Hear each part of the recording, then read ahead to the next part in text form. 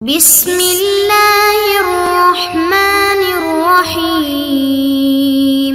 السلام علیکم معزز طلباء کرام، آپ سب کیسے ہیں؟ آج ہم نور الانوار کے سبق نمبر 373 کو پڑھیں گے۔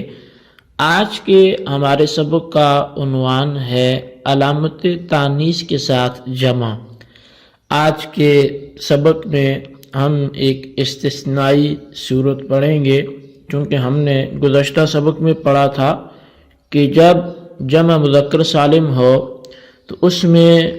مؤنث بھی داخل ہوتے ہیں سوائے ایک مخصوص اختلاف کے، تو احناف کے ہاں تو اس میں مؤنث بھی شامل ہیں۔ تو آج کے سبق میں ہم یہ پڑھیں گے کہ وہ کون سی جمع ہے جس میں وہ جمع تو ہے لیکن مذکر اس میں شامل نہیں ہو سکتے۔ تو آج کے ہمارے سبق کی جو عبارت ہے وہ ان ذکر بعلامت التانیث سے شروع ہوتی ہے۔ آئیے سب سے پہلے آج کے سبق کی عبارت پڑھ کے اس کا ترجمہ کرتے ہیں، اس کے بعد سبق کی وضاحت کی طرف بڑھتے ہیں۔ مصنف علیہ رحمہ لکھتے ہیں وَإِن ذُكِرَ بِعَلَامَةِ التَّانِيثِ يَتَنَاوَلُ الْإِنَاثَ خَاصَّةً، اور اگر علامت تانیث کے ساتھ جمع کو ذکر کیا گیا تو خاص طور پر وہ اناث کو یعنی مؤنث کو ہی شامل ہوگی۔ لِأَنَّ الرَّجُلَ لَا يَكُونُ تَبْعًا لِلْأُنْثَى حَتَّى يَدْخُلَ فِي تَغْلِيبِ الْأُنْثَى، اس کی وجہ یہ ہے کیونکہ مرد عورت کے تابع نہیں ہوتا یہاں تک کہ وہ تغلیباً انثی میں داخل ہو جائے۔ حتی قال فی السیر الکبیر اذا قال آمنونی علی بنی وله بنون وبنات ان الامان یتناول الفریقین۔ چنانچہ امام محمد علیہ رحمہ نے سیر کبیر میں یہ مسئلہ تحریر فرمایا ہے کہ جب کافر وہ امن مانگتے ہوئے یہ بولے کہ مجھے میرے بیٹوں پر امان دو، آمنونی علی بنی، یا مجھے میرے بیٹوں پر امان دو، تو اس کے اب بیٹے بھی اس امان میں داخل ہوں گے اور اس کی بیٹیاں بھی داخل ہوں گی، تو یہ امن دونوں فریقوں کو شامل ہوگا۔ لِأَنَّ الْجَمْعَ الْمُذَكَّرَ يَتَنَاوَلُ الذُّكُورَ وَالْإِنَاثَ عِنْدَ الْاخْتِلَاطِ، اس لیے کہ جمع مذکر یہ مذکر کو بھی شامل ہے اور یہ مؤنث کو بھی شامل ہوتا ہے اختلاط کے وقت۔ وَلَوْ قَالَ آمِنُونِي عَلَى بَنَاتِي لَا يَتَنَاوَلُ الذُّكُورَ مِنْ أَوْلَادِهِ، اور اگر اس کافر شخص نے امن مانگتے ہوئے یہ الفاظ بولے کہ آمنونی علی بناتی، یعنی مجھے میری بیٹیوں پر امن دو، تو اب یہ امان ذکور کو شامل نہیں ہوگا، یعنی اس کی اولاد میں سے مذکر افراد کو یہ امن دینا شامل نہیں ہوگا۔ لِأَنَّ الْجَمْعَ لِلْمُؤَنَّثِ لَا يَتَنَاوَلُ الذُّكُورَ عَلَى سَبِيلِ التَّغْلِيبِ، اس لیے کہ جو جمع مؤنث ہے یہ تغلیب کے طور پر ذکور کو شامل نہیں ہوتا، مذکر کو شامل نہیں ہوتا۔ وَلَوْ قَالَ عَلَى بَنِيَّ وَلَيْسَ لَهُ سِوَى الْبَنَاتِ لَا يَثْبُتُ الْأَمَانُ لَهُنَّ لِأَنَّ الْجَمْعَ الْمُذَكَّرَ إِنَّمَا يَتَنَاوَلُ الْمُؤَنَّثَ عِنْدَ الْاخْتِلَاطِ تَغْلِيبًا دُونَ الْإِنْفِرَادِ لِعَدَمِ التَّغْلِيبِ۔ وَلَوْ ذَكَرَ هَذِهِ الْأَمْثِلَةَ عَلَى سَبِيلِ النَّشْرِ الْمُرَتَّبِ لَكَانَ أَوْلَى وَأَخْصَرَ، اور فرمایا کہ اگر اس نے آمنونی علی بنیہ کہا کہ مجھے میرے بیٹے پر امن دو، اور حال یہ تھا کہ اس کے لیے بیٹیوں کے علاوہ کوئی بیٹا ہے ہی نہیں ہے، یعنی اس کی اولاد میں صرف بچیاں ہی ہیں، تو ان کے لیے امان ثابت نہیں ہوگا، اس لیے کہ جمع مذکر اختلاط کے وقت تغلیب کے طور پر اناث کو شامل ہوتا ہے، مؤنث کو شامل ہوتا ہے، نہ کہ انفراد کے وقت،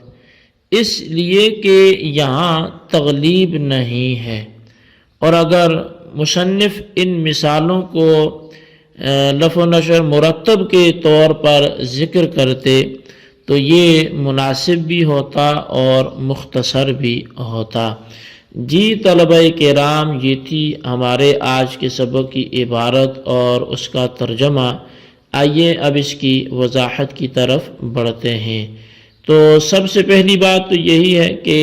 جمع مذکر کا جب صیغہ آئے گا تو ہم نے گزشتہ سبق میں پڑھا کہ تغلیباً اس میں مؤنث بھی شامل ہوں گی، لیکن اس کا برعکس نہیں ہے، یعنی ایسا نہیں ہے کہ جب جمع مؤنث کا صیغہ آئے تو پھر اب اس میں مذکر بھی شامل ہو یا نہیں ہو۔ تو اسی حوالے سے آج کا ہمارا سبق ہے۔ مصنف علیہ رحمہ نے فرمایا کہ اگر جمع کو علامت تانیث یعنی الف اور تا کے ساتھ ذکر کیا گیا ہو تو وہ جمع خاص طور پر عورتوں کو شامل ہوگی، مردوں کو شامل نہیں ہوگی، کیونکہ مرد عورت کے تابع نہیں ہوتا، اور جب مرد عورت کے تابع نہیں ہوتا تو عورتوں کو مردوں پر غلبہ دے کر مردوں کو جمع مؤنث کے صیغے میں بھی داخل نہیں کیا جائے گا، اس لیے کہ یہی تو اتباع ہے، اور مرد تو عورت کے تابع ہوتا نہیں۔ تو جمع کے سلسلے میں 3 قواعد یہاں پر ذکر کیے گئے ہیں۔ ایک تو یہ ہے کہ جمع مذکر علامت ذکور کے ساتھ اختلاط کے وقت ذکور و اناث دونوں کو شامل ہوتی ہے، یعنی وہ علامت ذکور ہوں جمع مذکر پر اور اختلاط کا وقت ہو کہ دونوں وہاں فریقین موجود ہوں۔